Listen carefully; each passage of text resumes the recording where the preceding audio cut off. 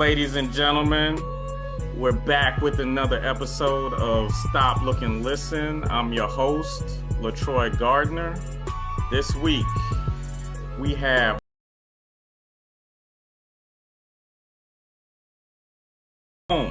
represent brother Raheem DeVaughn. How you doing? Peace. How you doing, man? Thanks for having me on your platform. Man, I'm chilling. You know, just maintain it. So we got brother Raheem on because he has his 8th studio album dropping. What a time to be in love. Tell me about it. Well, it's my 8th album, of course. You know, first project post pandemic. You know, global pandemic at that. Right, the world has changed. Right. You know, in just a short amount of time. I'm thankful, you know, to be healthy and present and with clarity and sound body and spirit. I'm excited to see the feedback from the project. You know, it's produced by the colleagues, production buddies of mine. The entire body of work has been you know, orchestrated and overseen by them on the production side. You know, with a few suggestions from me as well. And the first single was Marvin Used to Say, which is available on all digital platforms, followed by Mr. Midnight, which is the official single. I guess right. You can say Marvin Used to Say was like the street viral single, and then, you know, we got the official single, Mr. Midnight, and then we also released the record Twilight, which potentially will be a single as well, sometime, you know, in the near future. You know, after we go for our, you know, official radio ads with Mr. Midnight, and, you know, the playlists are jumping right now. The records are streaming well. All 3 of them are streaming extremely well. Mm-hmm. So we're looking to see things really get to jumping after Friday. The album will be out Friday, November 20th at midnight on all digital platforms. We also have a physical copy CD store where people can order CDs as well. All you have to do is just click on the Instagram link in my bio, Twitter link in my bio, so forth and so on, and it will take you to the actual. It'll give you a menu of where you want to, you know, purchase the music from, or where you want to stream the music from. And we're pretty much expecting the sounds that we've grown to love over the last 13, 14 years. Indeed, absolutely. As you know, growth and maturity. Consistency is was constantly in my head when I'm making music. Growth, maturity, consistency. Growth, maturity, consistency. So those are the things that I think are the driving force, you know, behind not feeling the pressure to continuously create. Okay. So I noticed that you've been doing some drive-in concerts, like with Music Soul Child. Just describe how that experience of not really performing to fans in the crowd screaming, but cars honking their horns instead.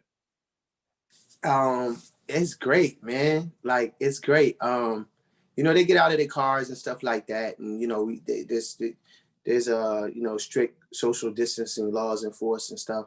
The first one I did was over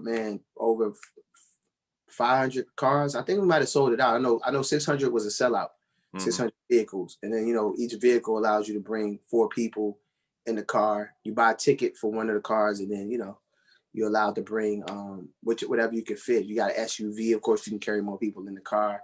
You know, people, it's kind of like it's like a tailgate party. You know what I'm saying? R&B tailgate party is what I call it.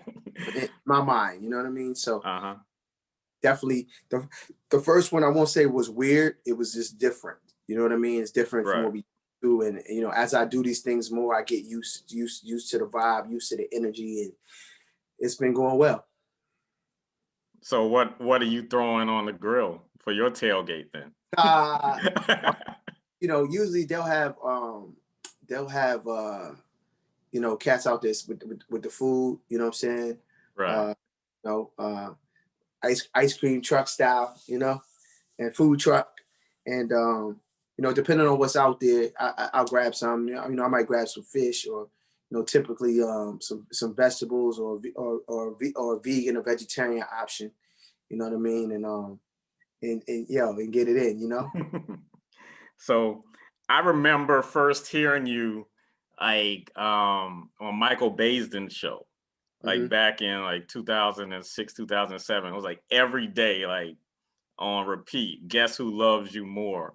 And he Yeah, was showing you mad love. So just talk about your beginnings, like how you got discovered and like yeah, what it was like first hearing your song on the radio and yeah. going to mama and being like, I'm a star, I've made it. Yeah, big shout to Michael Basin, man. He was a huge supporter of my movement, man. I miss him on the radio. Um, it was great, man. Typical working hard, grinding. You know what I mean? 2002, I got my first record deal with Jive Records. What was the demo that I got signed off of was the actual album that actually came out. Hmm. Probably only recorded 2 to 3 new records for the project. Prior to the release of it, the album didn't come out to 2005. I was signed 2002. I was on, went through transitions, different mergers and stuff like that, people being fired. Um, I started doing mixtapes. I was the first soul R&B singer to make mixtapes, you know. Right. A lot of artists followed suit after that. Probably, one of the artists that were most successful from the blueprint of what I created was probably Trey Songz, I would probably say. You know Hmm. what I mean? And I just never stopped hustling, being creative, kind of took my destiny in my own hands. The mixtapes got so hot and so popping and the mix shows and all that stuff that, it forced the label's hand to like really pay attention and you know, on a street team level. And, they put out Guess Who Loves You More. The album came out officially and, as they say, the rest is history. And Right. I've been shaking and baking ever since. Yeah, you tuned in to Stop, Look, and Listen. Today's guest is Raheem DeVaughn, new album, What a Time to Be in Love, and stores November 20th. So I have a personal favorite song of Okay. yours, and that's Marathon. Oh man, that's what's up. So is there any way we could get a Raheem DeVaughn and Marsha Ambrosius like collaboration album? Because I feel like you both bring that old school soul, but it's also very sensual. So We it's perfect it, for we all we those love makers. we've talked about it. I've been in talks with a few female artists about it. I definitely her better half. We had a conversation about it. You know what I'm saying? It hasn't been like a necessary like a follow up on the Hmm. conversation as of yet. Just for obvious reasons, pandemic, family. You know what I mean? Right. She's a parent now. Um, but I'm open to that. It's a few people I'm open to. I had a recent conversation with another female artist that she said she with it, and we actually got a record together that we already recorded that we're finishing it up, and I don't want to say who that is yet, but if Okay. you pull this off, I think like a lot of soul music lover R&B lovers they ain't gonna see this one coming. Oh, I, I'm looking forward to it then. they keep raps for now, but just yeah, it's I want to say it's so bad who it is, but I'm just like well respected, has her own sound like myself. Uh-huh. Play some instruments, been in the game for a while, written for lots of dope people. I'll drop a few hints, and she's just dope. She's just timeless. Whenever she puts out a record, it's just like, oh, she's back. So um, I anticipate that there'll be a Raheem DeVaughn collaboration, best of both worlds type of thing with a female artist sometime in the near future.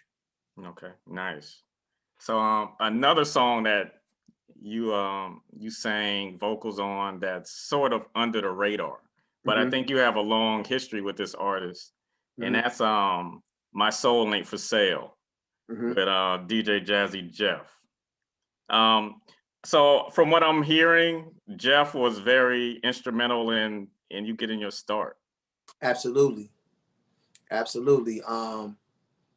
Jeff was very instrumental. We called Jeff. Jeff was like He's like Morpheus, Professor X. Uh-huh. You know what I'm saying? X for X-Men, you know?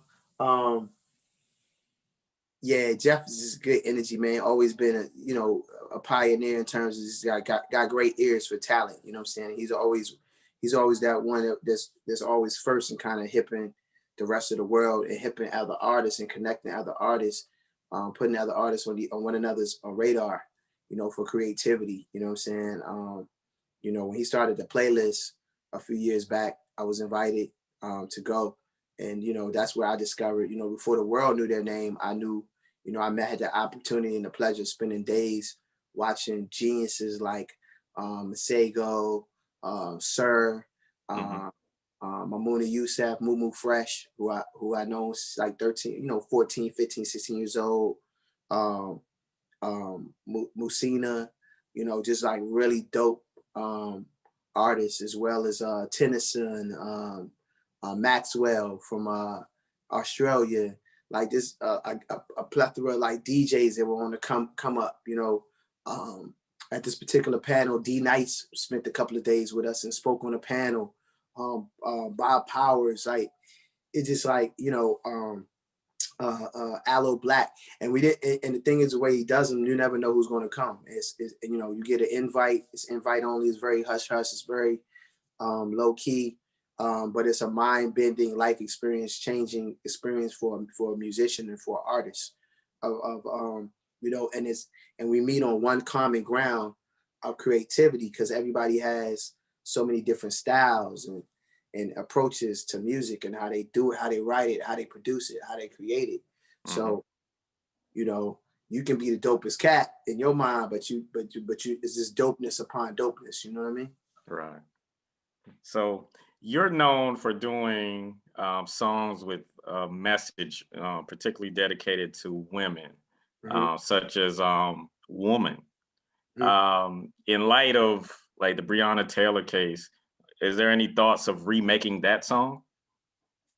Um, no, I don't think it's necessary a need to remake it. I would love to see them take the record and use it. You know, and it happens. You know, they take, you know, people now, you know, still discovering my catalog and you know and take it and use it for the appropriate things. You Hmm. know, it's unfortunate. You know, there's a record called Marvin Used to Say, which will be on a new album that comes out on Friday. Which was their first, was the official. It was the first single, the buzz single for "What a Time to Be in Love." So Marvin Used to Say is definitely dedicated to Breonna Taylor and you know, all of those who have been slain. You know, not only during the pandemic, but I mean, just like this thing has been going on forever, man. You know, Hmm. in terms of people innocently being killed by, you know, at the hands of the police. Um, you know, so the record speaks to social injustice. Um, it speaks to the climate of what's going on right now, and reminiscent of Marvin Gaye. That's why it's called Marvin Used to Say. So it's kind of like Marvin used to say what's going on. It's kind of like the reflection of what's going on now, and that's why I created that record. Isn't it crazy that what's going on is almost 50 years old? Yeah, it'll be 50 years old actually 2021. You know what I mean? Ironically, and yeah, so you know, in solidarity with Marvin, you know, Bob, Curtis Mayfield, and all the other gang of artists who've been like, you know, indirect mentors for me, and inspiration. You know, again, I wanted to make sure that I put something out of substance. You know, before we take it to the bedroom, you know, we had to take it to a level of consciousness and you know and create some dope message music, movement music as well. Cool. So before we close out, I definitely wanted to ask you, are you still doing online radio? I know you had a Yeah, period of time when you was doing it. I was ahead of my time with the whole pod and everything. Yeah, I got something big in the works right now. Just secured a partnership, you know, with a media company out here locally in DC. So it's some really dope things happening. I can't speak on them just yet, but I will be re-entering into to that world, to that arena. And I've been doing some viral stuff, you know, during the pandemic. The Garden of Love, Woke Wednesdays. I just recently joined Clubhouse, you know, so I do Sage and Slow Jams over there. You know, I'm working on. I start a room every so often, but I'm also starting a club over there on Clubhouse, the new Clubhouse app.